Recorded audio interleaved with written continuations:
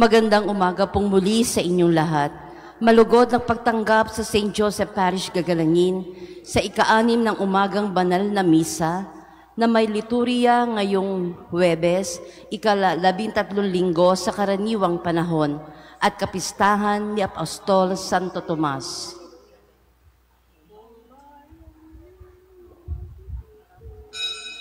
Tumayo po ang lahat at tayo makiisa sa Eucharistikong pagdiriwang na pamumunuan ng ating Kura Paroko, Reverend Father Douglas D. Badong.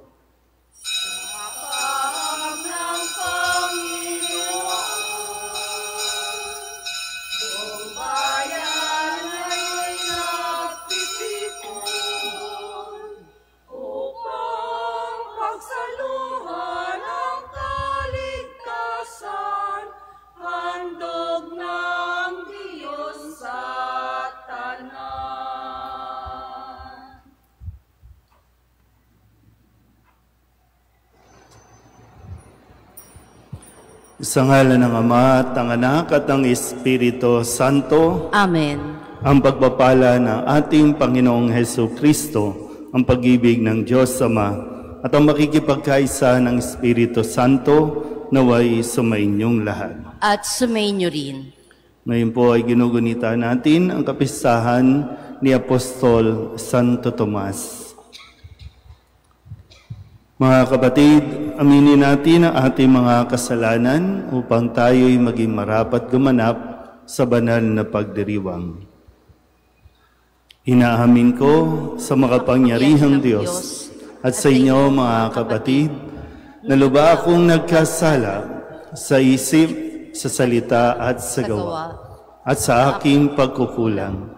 Kaya isinasamo ko sa mahal na Birheng Maria, sa lahat ng mga anghel at mga banal, at sa inyo mga kapatid, na ako'y panalangin sa Panginoong ating Diyos. Kaawaan tayo ng makapangyarihang Diyos, patawarin tayo sa ating mga kasalanan, at patnubayan tayo sa buhay na walang hanggan. Amen. Panginoon, kaawaan mo kami. Panginoon, kaawaan mo kami. Kristo, kaawaan mo kami. Kristo, kaawaan mo kami. Panginoon, kaawaan mo kami. Panginoon, kaawaan mo kami. Papuri sa Diyos sa kaitaasan at sa lupa'y kapayapaan sa mga taong kinalulugdan niya. Pinupuri ka namin, dinarangal ka namin, sinasamba ka namin, ipinagbubunyi ka namin, pinasasalamatan ka namin, dahil sa dakila mong angking kapurihan. Panginoong Diyos, Hari ng langit, Diyos Amang makapangyarihan sa lahat, Panginoong Hesukristo, bugtong na anak, Panginoong Diyos, Kordero ng Diyos, anak ng Ama. Ikaw na nag-aalis sa mga kasalanan ng sanlibutan, maawa ka sa amin. Ikaw na nag-aalis sa mga kasalanan ng sanlibutan, tanggapin mo ang aming kahilingan. Ikaw na naluluklok sa kanan ng Ama, maawa ka sa amin. Sapagkat ikaw lamang ang banal, ikaw lamang ang Panginoon, ikaw lamang o Jesucristo ang kataas-taasan, kasama ng Espiritu Santo, sa kadakilaan ng Diyos Ama. Amen. Manalangin tayo. Ama naming makapangyarihan, loobin mong aming maipagdiwang ang kapistahan ni Apostol Santo Tomas upang matuwangan niya kami sa pagdalangin kami magkamit ng buhay sa ngalan ng kanyang kinikilalang Panginoon na si Hesukristo, kasama mo at ng Espiritu Santo magpasawalang hanggan. Amen.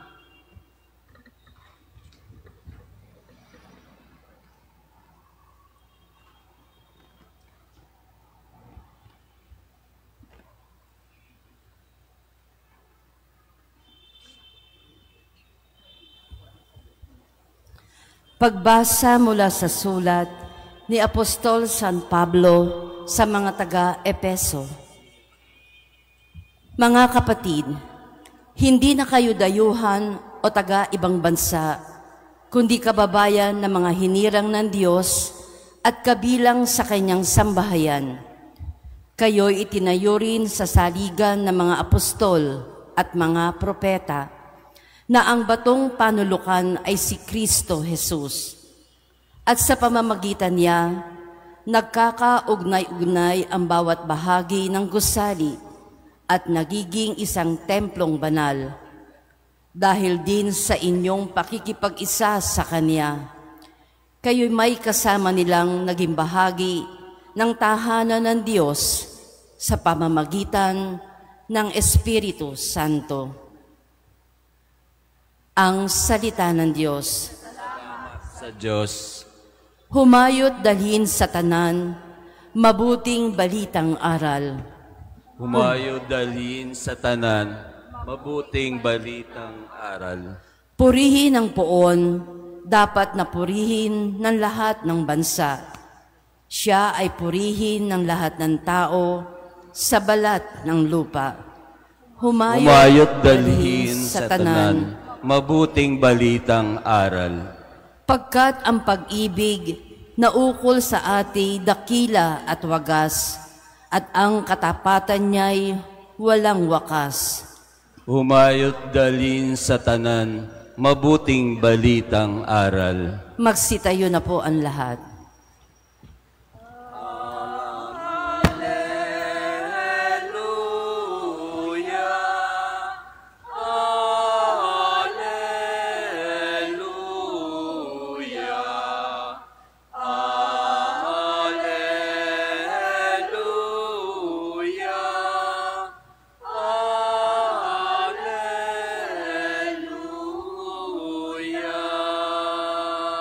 Mapalad at maligaya ang sumasampalataya sa di nakita ng mata.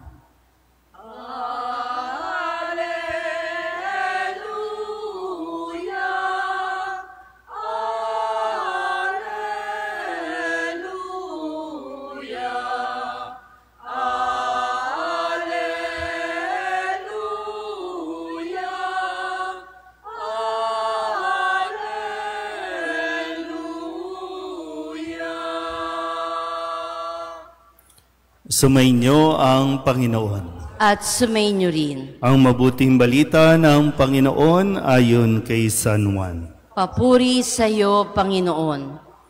Si Tomas na tinaguriang kambal, isa sa 12, ay hindi nila kasama nang dumating si Jesus. Kaya't sinabi sa kanya ng ibang alagad, "Nakita namin ang Panginoon."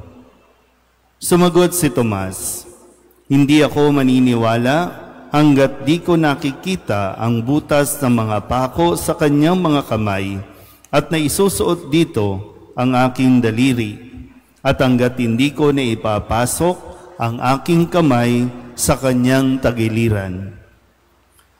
Makalipas ang 8 araw, muling nagkatipon sa loob ng bahay ang mga alagad, kasama nila si Tomas. Nakapinid ang mga pinto. Ngunit pumasok si Jesus at tumayo sa gitna nila.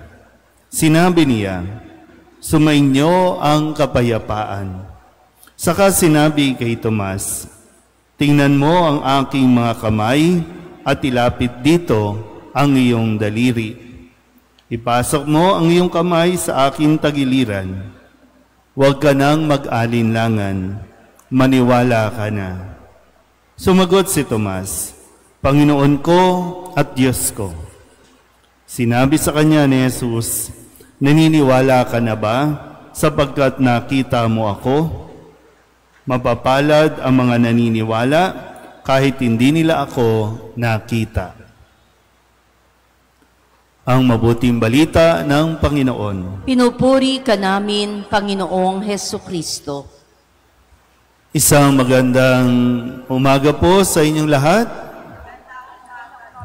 Bagamat bumubuhos ang ulan, nawa po ay patuloy tayong pagpalain ng Panginoon sa ating pong pagdiriwang ngayon ng ating banal na misa, kung saan ating pong ginugunita at ipinagdiriwang ang kapistahan ni Apostol Santo Tomas, isa sa 12 alagad na pinili ni Jesus para pangunahan ang simbahan na kanyang itinayo.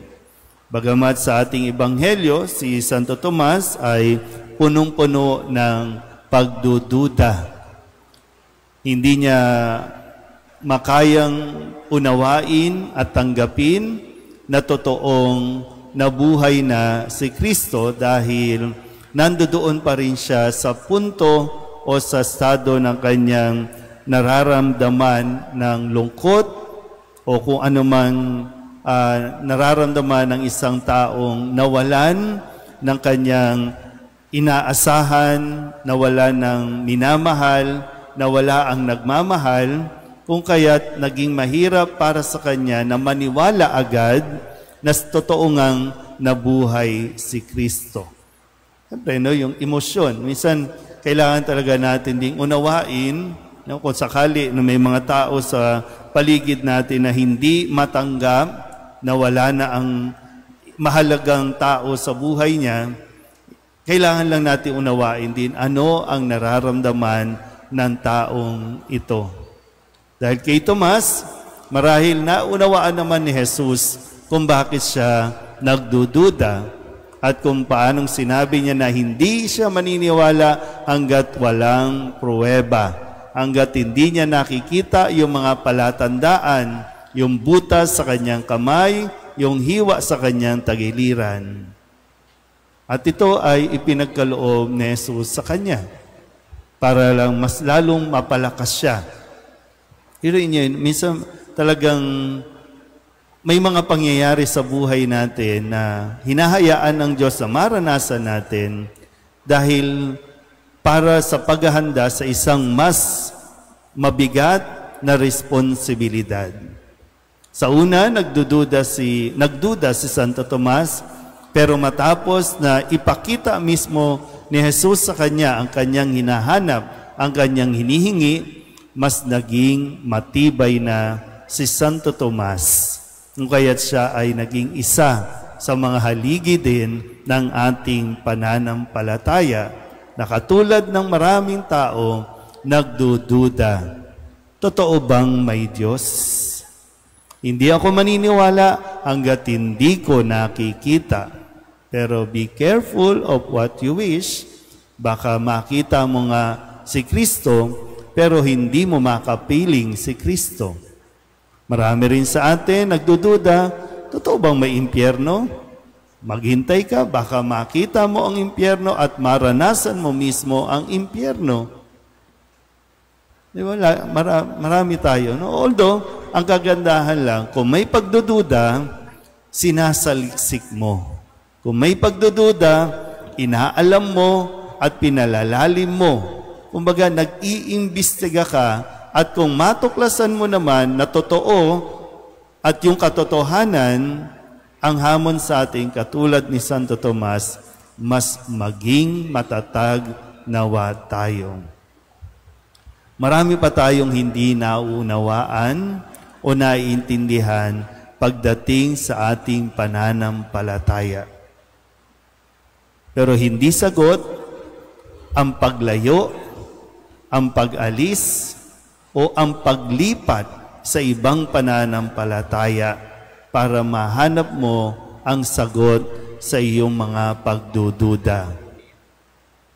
Isang magandang katangian kasi ni Tomas, no?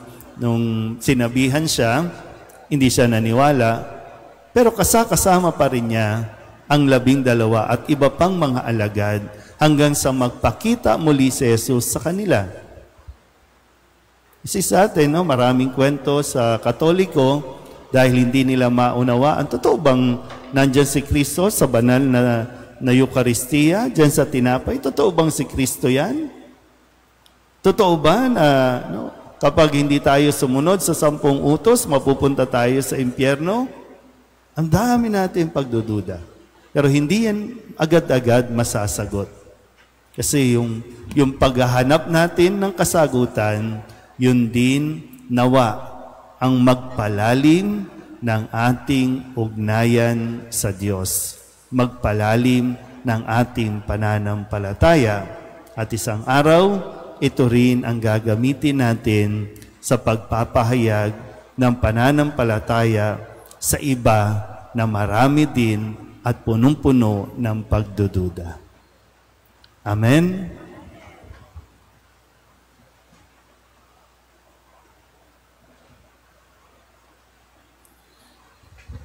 Taglay ang pananampalataya ni Kristong muling nabuhay na ang mga sugat ang tanda ng kanyang tagumpay.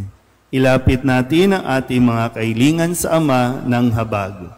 Ang ating pong itutugon, Panginoon, dinggin mo ang aming panalangin. Panginoon, dinggin mo ang aming panalangin. Bilang isang simbahan, naway hindi tayo magkulang sa pagpapahayag ng ating pananampalataya sa mga taong hindi sumasampalataya. Manalangin tayo sa Panginoon. Panginoon, dinggin mo aming panalangin. Ang simbahan sa Asya, naway magkaroon ng paglago. Manalangin tayo sa Panginoon. Panginoon, dinggin mo ang aming panalangin. Ang mga nakalugmok sa pagiging makasalanan at kawalan ng pananampalataya, naway mapangibabawan ang kanilang pag-aalinlangan at yakapin ang tunay na pananampalataya. Manalangin tayo sa Panginoon. Panginoon, dinggin mo ang aming panalangin. Ang mga nabibigatan sa buhay, lalo na ang mga may sakit at nangungulila, naway magtamasa ng kagalakan ng muling pagkabuhay ni Kristo. Manalangin tayo sa Panginoon. Panginoon, dinggin mo ang aming panalangin. Ang mga namayapang tapat sa Panginoon, naway makabahagi sa kaluwalhatian ng buhay ng walang hanggan. Manalangin tayo sa Panginoon. Panginoon, dinggin mo ang aming panalangin. Idulog din natin sa Panginoon ang ating mga personal na kahilingan, mga panalangin para sa ating mga pamilya, kasama din ang mga kahilingan ng mga nanonood sa online. Lahat ng mga misang pasasalamat, special na intensyon, agarang paggaling ng mga may sakit, ang lahat ng mga kaluluwa, niniling na ipagdasal sa misang ito.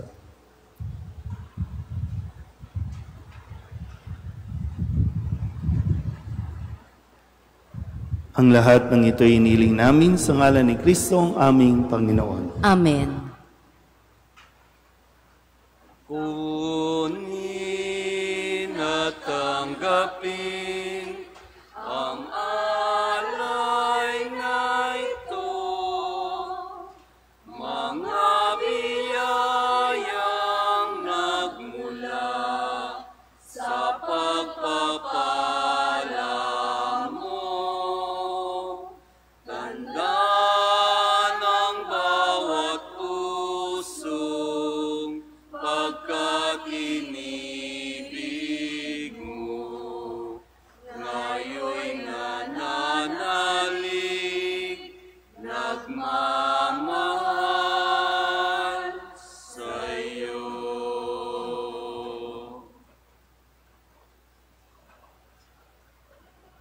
Manalangin kayo mga kapatid upang paghahain natin ang kalugdaan ng Diyos Amang makapangyarihan. Tanggapin nawa ng Panginoon itong paghahain sa iyong mga kamay, sa kapurihan niya at karangalan, sa ating kapakinabangan at sa buong sambayanan niyang banal.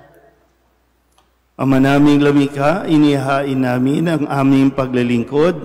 Kalakip ang dalangin itaguyod mo ang iyong mga kaloob sa amin. Ngayon kami nagpapasalamat sa iyo, kaysa ng pagpupuri ni Apostol Santo Tomas, sa pamamagitan ni Jesucristo kasama ng Espiritu Santo, magpasawalang hanggan. Amen. Sumainyo ang Panginoon. At sumainyo rin. Itaas sa Diyos ang inyong puso at diwa. Itinaas na namin sa Panginoon. Pasalamatan natin ang Panginoong ating Diyos. Marapat na siya ay pasalamatan. Ama naming makapangyarihan, tunay ngang marapat na ikaw ay aming pasalamatan. Ikaw ang pastol na laging pumapatnubay sa mga kabilang sa nililingap mong kawan. Ito ang ginanap na pananagutan ng gili mong anak at pastol ng tanan. Ang mga apostol ay kanyang mga katuwang sa pagiging pastol na patnubay ng sambayanan.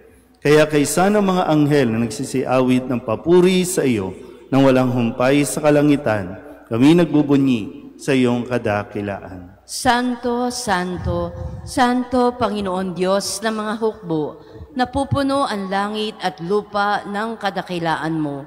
O sana sa kaitaasan, pinagpala ang naparirito sa ngalan ng Panginoon. O sana sa kaitaasan. Ama naming banal, ikaw ang bukal ng tanang kabanalan. Kaya't sa pamamagitan ng iyong Espiritu, gawin mong banal ang kaloob na ito upang para sa aming maging katawan at dugo ng aming Panginoong Hesus Kristo. Bago niya pinagtiis ang pusang loob na maging handog, inawakan niya ang tinapay, pinasalamatan kaniya, pinaghati-hati niya iyon, iniabot sa kanyang mga alagad at sinabi, tanggapin ninyong lahat ito at kanin, ito ang aking katawan na ihahandog para sa inyo.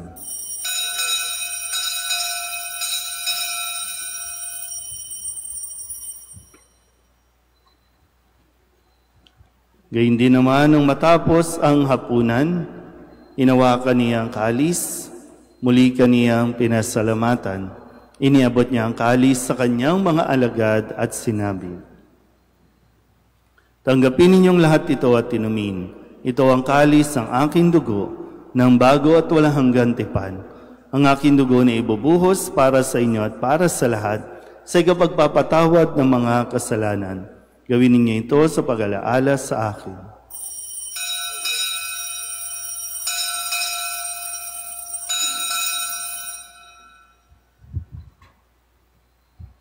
Ipagbunyi natin ang misteryo ng pananampalataya. Si Kristo'y namatay, si Kristo'y nabuhay, si Kristo'y babalik sa wakas ng panahon.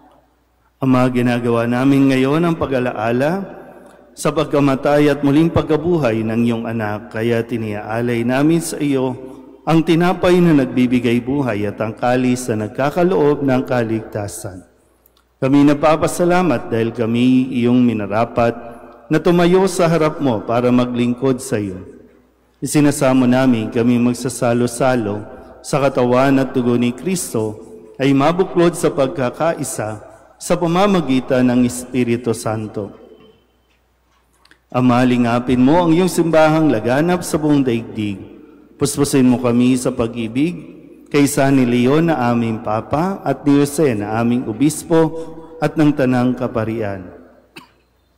Alalahanin mo sina John at Roselito na tinawag mo mula sa daigdig na ito. Nung sila'y binyagan, sila'y nakaisa ni Kristo sa pagkamatay. Ngayon sila'y pumanaw, naway makaisa sila ni Kristo sa pagkabuhay. Alalahanin mo rin ang mga kapatid naming nahimlay na may pag-asang sila'y muling mabubuhay, gayon din ang lahat ng mga pumanaw. Kawaan mo sila at patuloyin sa iyong kaliwanagan. Kawaan mo at pagindapating kaming lahat na makasalo sa iyong buhay na walang wakas. Kaysa ng mahal na Birheng Maria na Ina ng Diyos, ng kabiyak ng puso niyang si San Jose, kaysa ng mga apostol at ng lahat ng mga banal na namuhay dito sa daigdig ng kalugod-lugod sa iyo, may pagdiwang nawa namin ang pagpupuri sa ikararangal mo sa pamamagitan ng iyong anak na aming Panginoong Hesus Kristo. Sa pamamagitan ni Kristo, kasama niya at sa Kanya, ang lahat ng parangal at papuri ay sa iyo, Diyos Amang makapangyarihan, kasama ng Espiritu Santo, magpasawalang hanggan.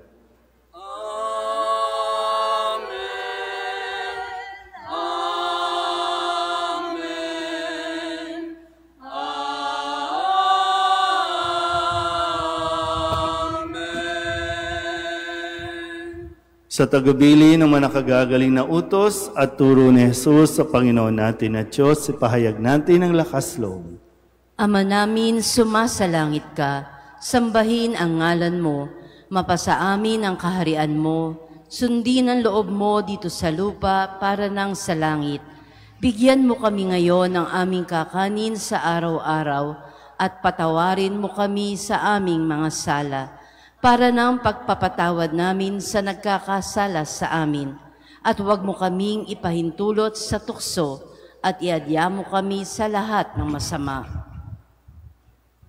Hinihiling namin kami iadya sa lahat ng masama, pagkalooban ng kapayapaan araw-araw, iligtas sa kasalanan at ilayo sa lahat ng kapahamakan, samantalang aming pinananabikan ang dakilang araw ng pagpapahayag ng tagapagligtas naming si Jesucristo. Sapagkat iyo ang kaharian at ang kapangyarihan at ang kapurihan magpakailanman.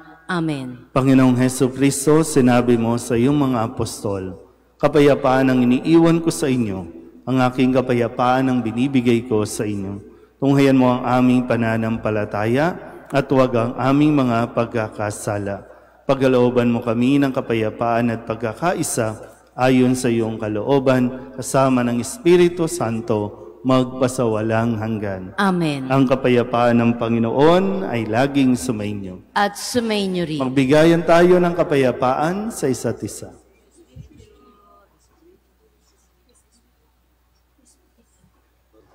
Kordero ng Diyos na nag-aalis ng mga kasalanan ng sanlibutan, maawa ka sa amin. Kordero ng Diyos na nag-aalis ng mga kasalanan ng sanlibutan, maawa ka sa amin. Kordero ng Diyos na nag-aalis ng mga kasalanan ng sanlibutan, ipagkaloob mo sa amin ang kapayapaan. Ito ang kordero ng Diyos. Ito ang nag-aalis ng kasalanan ng sanlibutan. Mapalad ang mga inaanyayahan sa kanyang piging. Panginoon, hindi ako karapat-dapat na magpatuloy sa iyo, ngunit sa isang salita mo lamang ay gagaling na ako.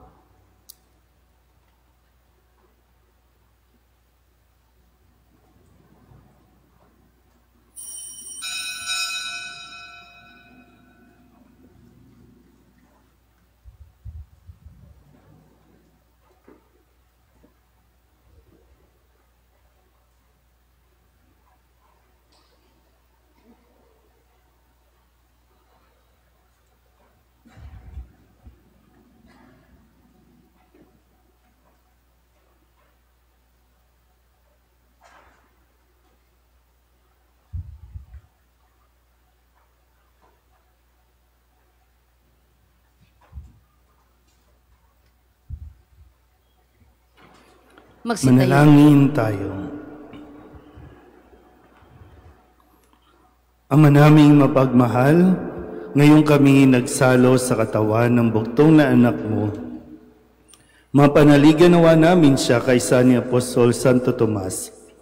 Maipahayag nawa namin siya'y Panginoon at Diyos. Sa pamumuhay namin at tapat na paglilingkod, sa pamamagitan niya, kasama ng Espiritu Santo, magpasawalang hanggan. Amen. Sumainyo ang Panginoon. At sumainyo rin. At pagpalain kayo ng makapangyarihang Diyos, Ama at Anak at Espiritu Santo. Amen. Tapos ang banal na misa, umayo tayo sa kapayapaan ni Kristo. Salamat sa Diyos. Magandang umaga po. Masdan mo ang ningas ng pag-asa at ang awit namin pakinggan na tunay namin nakakamtan ang buhay na walang hanggan. Espiritu Santo. Amen. Mula sa Ama, sa Anak, at Espiritu Santo.